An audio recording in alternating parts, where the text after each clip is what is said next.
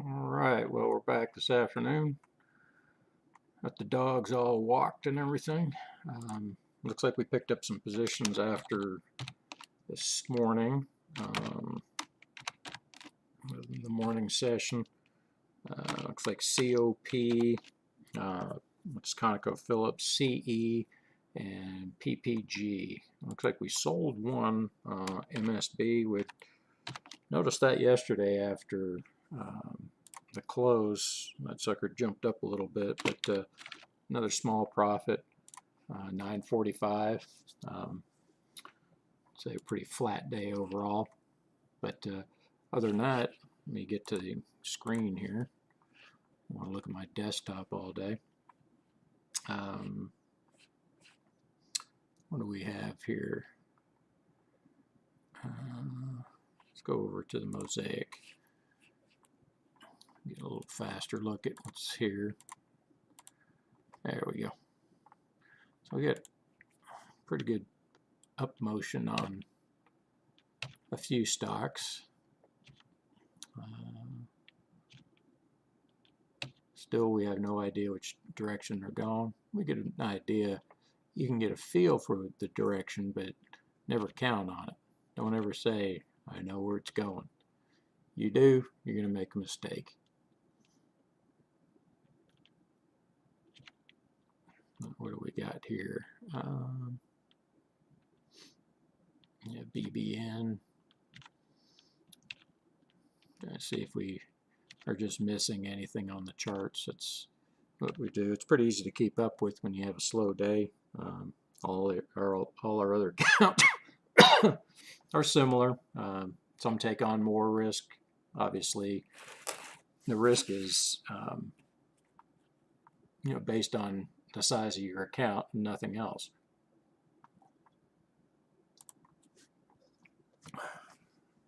The stock itself and its movement is also a risk, but it's different, or it's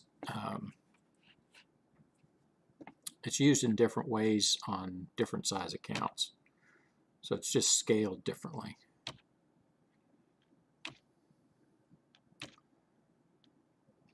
But overall, the accounts look pretty positive. Let's just go over to what we actually took on. PPG. Let's get out of here.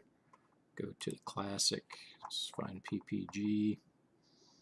Wasn't on that account. Wait a sec. PPG. There it is. So you can see we pick that up. So look at the trade log. You can see it right there. That was at 12:05. So we look at the chart. So it's on there. So we don't care what it does at this point. Remember, you're following your rules. You follow your rules, you'll make money. You change from your rules, you're going to lose money. We don't lose money because we follow the rules. It's that simple. You may come up with all kinds of your own set of rules, and it comes down to money management at that point. So if you follow your rules, you got good money management. You're not, over leveraging any one product. You can't get hurt. We're talking your overall portfolio. You have to be willing to say to yourself, yeah, I'm going to be sitting on this for a long time, like the rest of your life. Because once you put the money in there, you don't want to take it out unless you got to pay for something, right? So you're going to pull it out of your cash account. You're not going to sell something at a loss so that you can pay off your mortgage. You know what I mean? That's taking a loss. That doesn't make any sense. It's kind of like, use this type of thinking. It's like, what are we making dividends? $200 and some odd. It's like, okay, well, if you're working, you can go buy that new flat screen. It's $200, right? Because you made the dividends. But if you didn't make any money, guess what? You can't buy anything. I don't care if you're working or not. Those are wants, not needs. Keep your needs in line, and everybody needs electricity, right? Well, I guess some people don't, but if you're going to be trading online, you might. Unless you've got your own stream beside your house or something. Still got to generate electricity. So you need to be able to produce a little bit, but look, if you haven't got any money and you're trying to get into this, you need to be debt-free first. So you need to really think about what's the smallest amount of money that you can live on? And then I mean, you don't have to have a $70,000-$80,000 a year job to be successful in the market. Everybody thinks, let me tell you, it's easier to make larger sums of money, but the ratio is the same to protect yourself. Everybody's got different levels of risk. And if you're one of these guys that likes to roll the dice, you're not going to make it. You can say all day and tell your friends that, hey, I made this great trade, and I made $1,000 or I made $5,000. These one-time events that you have in your life, you can do that consistently. You're not looking around for trying to figure out what you need to be doing. Nobody's teaching this. It's not taught in schools. That's what makes me sick, is like so many people just don't understand money and the power of dividends. Makes a huge difference in people's lives when you can be financially secure because you got something coming in, dividends coming in. You can be working at McDonald's and be making the same amount of money in the market as you're making per hour. Doesn't matter. Money's money. Dividends are dividends. It's just the size of your account differs from a rich person. It's just zeros, at that point. So you got to put it in perspective. We weren't all born with a silver spoon in our mouths. If you learn how to manage money instead of buying lottery tickets, you might be that 1 in 750 million that gets it. But if you don't know how to manage your money, guess what? It's going to be gone in a year. It happens to almost everybody that wins the lottery. So they don't know how to manage money. They just start buying stuff because that's all they've known. Buy, buy, buy, buy, buy. That's all you hear. Well, I want the new car. You only live once. I hear this all the time. It's like, manage your money and show people how to do it. Once you figure it out, I wouldn't call it easy street, but it's a lot easier when you can supplement your income. Once your money's making more money than you can make in a year, you don't have to work. I mean, unless you just got, I know some people that they spend every dime. It's crazy. Every dime they make, they spend.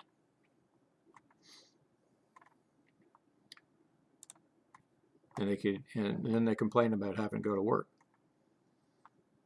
Well, here's an idea. Why don't you learn how to manage your money, and then you don't have to worry about it. Dividends are like should be kind of like what do they call that? Like a symbiotic relationship with you and your money. It can be making 50% of what you're making in a year. So if you're making 50 and they can make 25, now you're making 75. And we're not talking taxes or anything else. We're just taking round numbers here, right? A lot of people don't know that you don't pay Social Security on your earnings in the market or on dividends, anything else like that. Social Security is only taxed on your wages, because you have to work for the money instead of the money working for you. So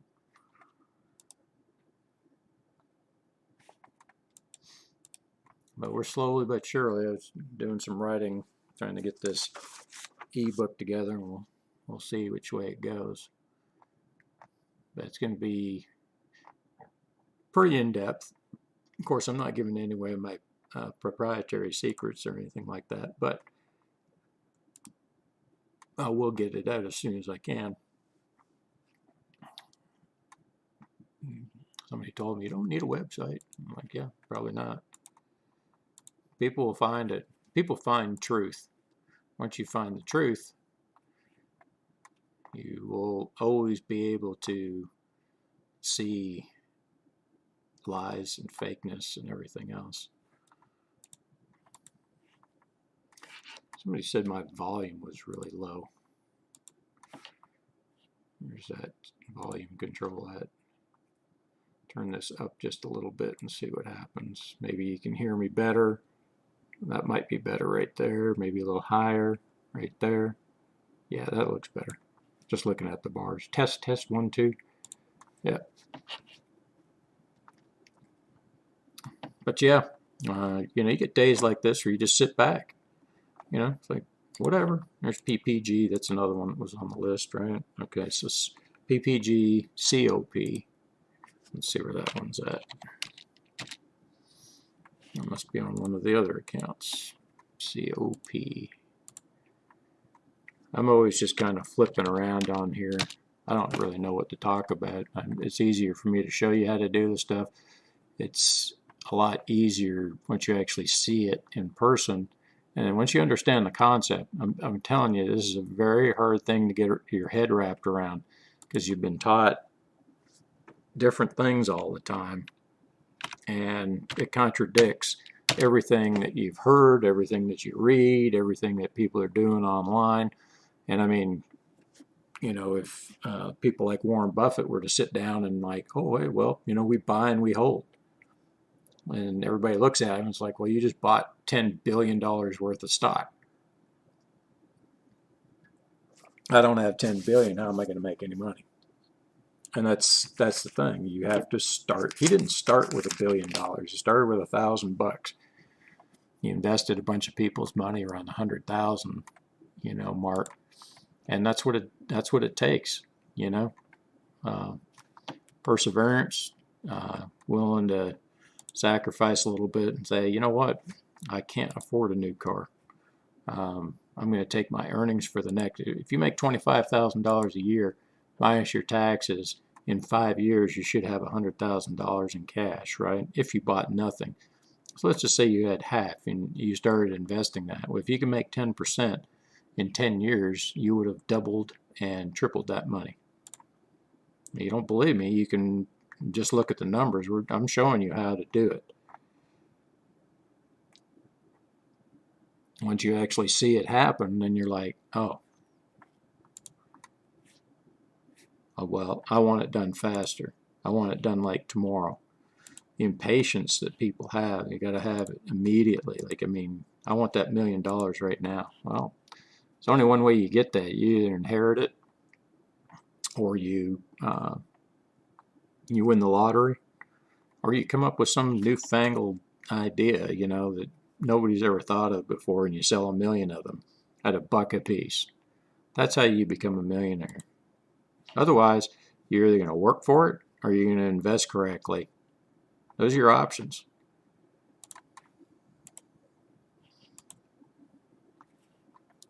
So it's simple. Dividends are free. You see, all you have to do is put the money up. They come to you.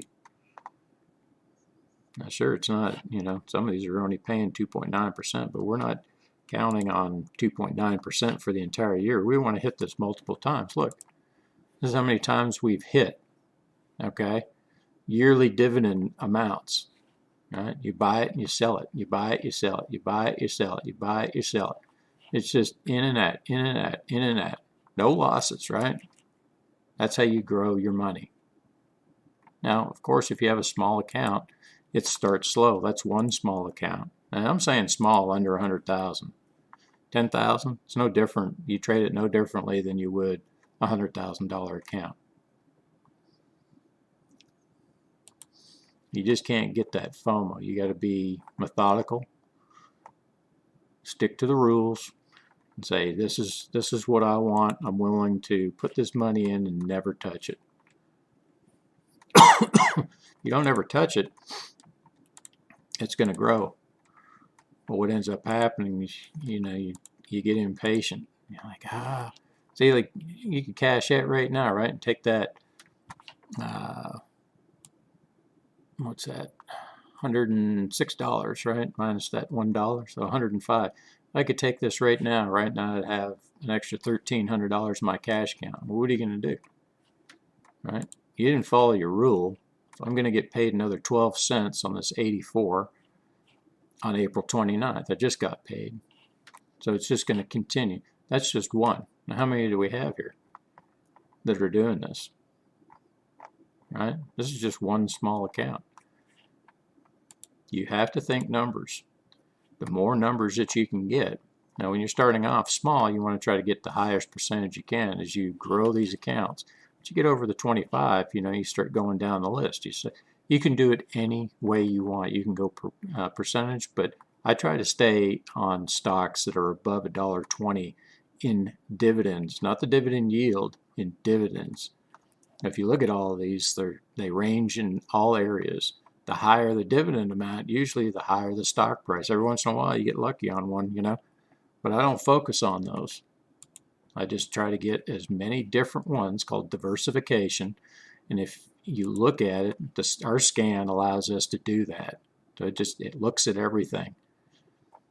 It says this is the most opportune, and the ones that don't fit the criteria don't make the list. There's plenty. Oh, looks like we just had another long position established, EGP. So while we're yammering on here, we'll get this one taken care of. So you can see it there, EGP. It was done on what exchange? Edge A. So we got about 15 minutes left. So you can see the commission charge right there, $1, right? Everything's $1. So we work that into our final price. So we're always capturing that dividend amount. We're not losing anything. So we find EGP. Let me get a cough can. I've had this nasal stuff forever. Won't go away.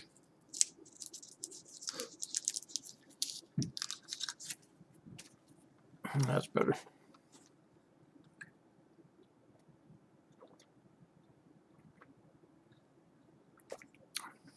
All right. We take it, we do the exact same thing every time. So we know EGP, we just bought it. Our average cost is $147.66. So we're going to add $3.16. That's the full year's dividend amount right here. Right? And we're going to add $1. Right, so we add 1. The reason why we add $1 is for the commission. The average cost over here, $147.66, is already included in that price. That's why when we look at the chart, let me get this in here first. We're just going to go to 151.85. So we're going to close at 151.85. Okay. You're saying, well, you're only going to make $3.16. I was like, that's exactly right. Multiply it by 1,000 occurrences. Okay, so you can see our price where we entered, 146.70, should be $1 less. See, 147.66. So it was 146.66. That's the average cost is up here, 147.66. So we add another $1 to go up here. Now, if you're on one of these other platforms that doesn't charge for commission, then your average cost would be at 146.66. And to get out would be $3.16 higher. You'd get out of the position sooner than I would. Does that make sense? Hopefully.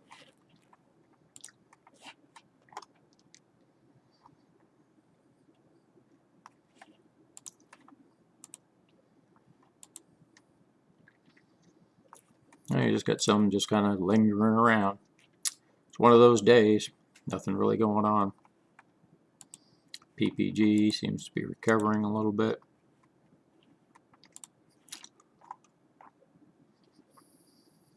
But we don't worry, we don't sit and watch these charts all day long hoping something happens. We put our information in and we go do something else. When I'm on here for this short amount of times, I can talk and explain what's actually going on here because this is boring as hell to watch. I don't want to sit here all day and watch this. So why would you? If you're new to this, it might be fascinating, but after you've watched it for a little while, you're kind of like, oh my God, is this dry or what? But you know what I like to see is wins. All wins, right? Doesn't matter what account we look at, right? This is a smaller account, so it doesn't have as many occurrences. But until it comes down to what the market's going to do, right? So we got all those wins. The larger the account, the more occurrences it seems. But You know, there's no coincidences in this. This is just all fact. We're just showing you what's happening. So it gives you some type of thing to look forward to in the future. Instead of like, oh, hey, I'm watching this guy and he just traded this thing in and out, and you know, he just made like $50,000. And it's like, have somebody prove that to you, right? I'm showing you these small trades and everybody's like, man, how can you make any money? It's like, what is making money? I mean, you need to think a little bit differently. Look around you. Look what business does. They keep bringing the cost of stuff down, right? So more people can buy it. So you should be trying to not try to make $1 million off of 10,000. You're trying to make 1 million occurrences for $1 to get to that million. You're not going to beat the pros. The pros don't even see these. If you go to a time and sales, what are we on here? VLO. Here's the size of some of your trades. Okay. Here's 4. Here's 1. Right. Here's 5, 3, 3. Okay. 10, 14, 1, 1. Yeah. So somebody else has got either the same idea, adjusting, but look at these hundreds. And that's $7,500 somebody's putting out there, right? And if you have a small account, what percentage of your account is that $7,500? That's over 10% of this account, right? That's a big risk. And some people are in and out. They just have a different strategy, right? You look at the volume, it's very low on this particular product on VLO. I mean, that could change and go against you. And what are you going to do? If you only got $10,000 and you got $7,500 laid out in this one, and you say, hey, I want to make $100 off of this, you're looking for a dollar move, right? Doesn't go your way. What happens? They tell you to put a stop in, so you lose $100. Oh, that's okay. I can get that back. Okay, have at it. A couple months later, you figure out that that's not working too well. You might be down $1,000 or $2,000. It takes a long time to recover from that if you have a small account. Now, to somebody that's in the millions, that's a small potatoes. You have to look at the size of your account and trade it accordingly. It's all about scale. You can make money in these markets. You're basically taking the crumbs until you can play with the big boys. Once you get up into the $500,000, you start to, you're about 6 times what you'd make at the below 100,000. It's just a scale difference. That's all it is. So if you had all 5 of these accounts,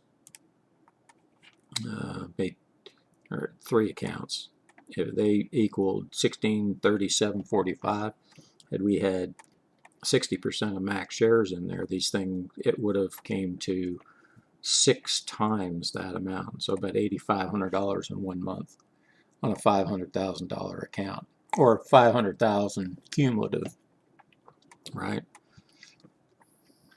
So you start to see the picture here.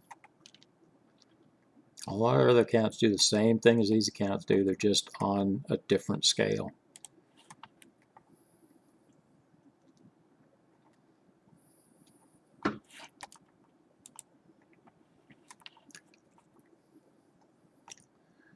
Yeah, hard to say what's going to happen, because I don't really care. But at the same time, it'd be nice if we had a pullback. Let's see what's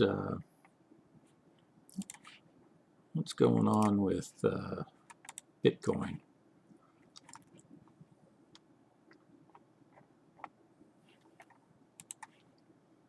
Yeah, ain't doing anything different. I was trying to watch Bitcoin Cash. Oh, cashed out. working on, I try to take 10% out of each position on that and then reestablish. But yeah, Bitcoin Cash, see the shitty little charts they give us. Oh yeah, perfect. Man, that sucker spiked up there. Yep. I'll have to go look at that later tonight. I ain't got time to do it now. So anywhere that you can use the system, when you start thinking about scale, you'll do so much better. But you have to understand you never sell it. Basically, you're saying, okay, I believe that this company's going to be around longer than I'm going to be around. It's going to pay me dividends for the entire time, but I'm only going to put a small percentage of my portfolio into any one company, and I'm going to collect dividends. So this way, you can pick one wrong company, right? You don't have to be looking at the financials of every company day in, day out. You know, you can be doing something better with your time, like, hey, what's my next opportunity? You know, all I got to do is come in, punch in the numbers. If it comes up an alert, I'm like, oh, there it is. Okay, now I decide, do I want to do it? Do I have enough cash to do it? And you move forward from there. Once you get up into the bigger numbers, then it's pretty automatic. I mean, you'll understand. If you can get it down here at this, at the low levels, most kids that are just starting off don't want to watch this type of stuff because they think they know it all. They're going to come in, you know, with high expectations, like, hey, I know all these guys are making millions of dollars in the stock market, and it's like, okay, they will blow their accounts out because they're going to be brought over to the futures markets and they'll realize real quick what it's like to lose fast.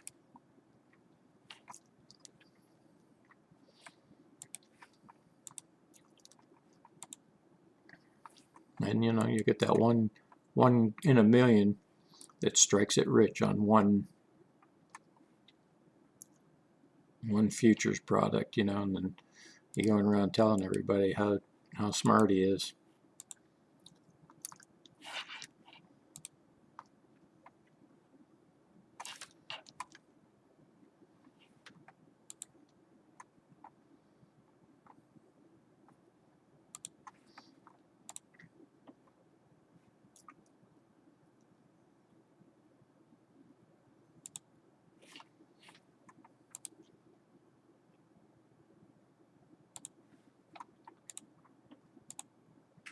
Mm-hmm.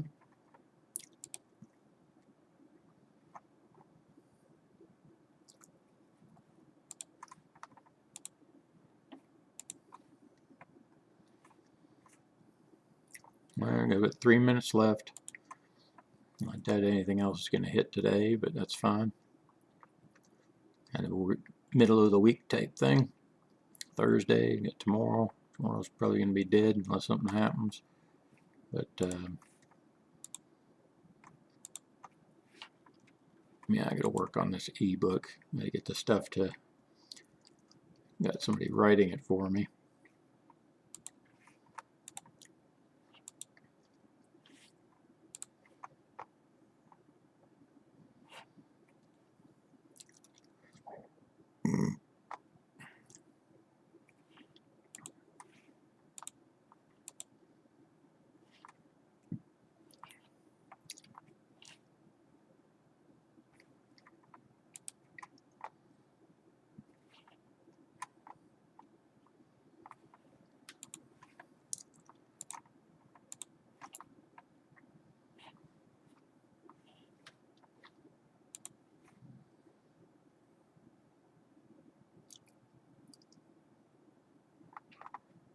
Yeah.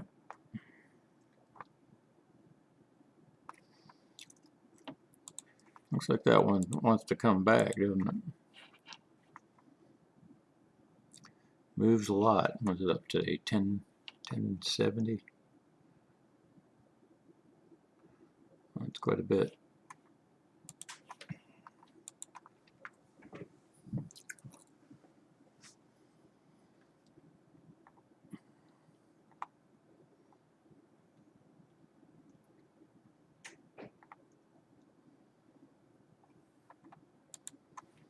I think PPGs, we just picked this up. Looks like it's already picked up that dollar. Interesting.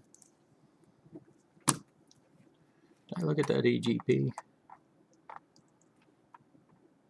Must have been on one of these other accounts. EGP, where'd it go?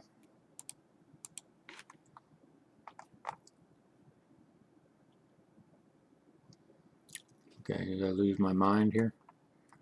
Where did it go? There it is. EGP. Oh, I knew I forgot to do something. We're going to put in our retracements.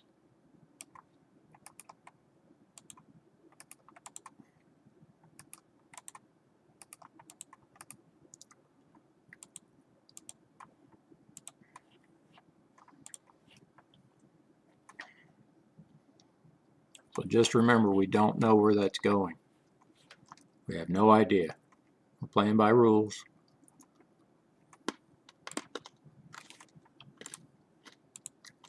We have no idea where that's going. 50-50.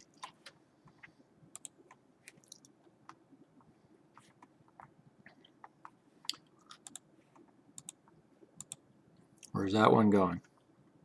I have no idea. Very, very low volume on that one. But that stuff's all a distraction. You don't need to look at any of that stuff. All you need to know is how much is it paying in dividends. Now you start looking at stocks like Apple. I think they're paying dividends now. Sure they are. It just never shows up. So see 20, multiply that by 4. That would be a year's worth. That's like 84 cents. That's not going to hit on our scan. So we don't touch it. We're not worried about it. Any stocks? What's another one? What the heck? Facebook. Does it pay dividends? It does not. We don't pay attention to it. It doesn't come up on the scan. What's another one? If it doesn't pay dividends, we're just not interested. It's just not, in my book, it's foolish to play with it because let's just say this paid dividends, right? We're not afraid of buying it up here high because we don't know. I say it's up high, but in this particular case, it's like, okay, it's at 298.66. I don't know if that's high. I don't know if it's low. I don't know if that's the mid price. It might go to 320. It might come down from there to 245. If it paid dividends, we might be involved in it. But because we don't know, it's a 50-50 chance. We're not taking that. We're not taking that risk. So we'll just leave it at that. But that's pretty much it for today. Market is now closed. So I guess we'll see you in the morning. Thanks for watching. And we'll see you tomorrow.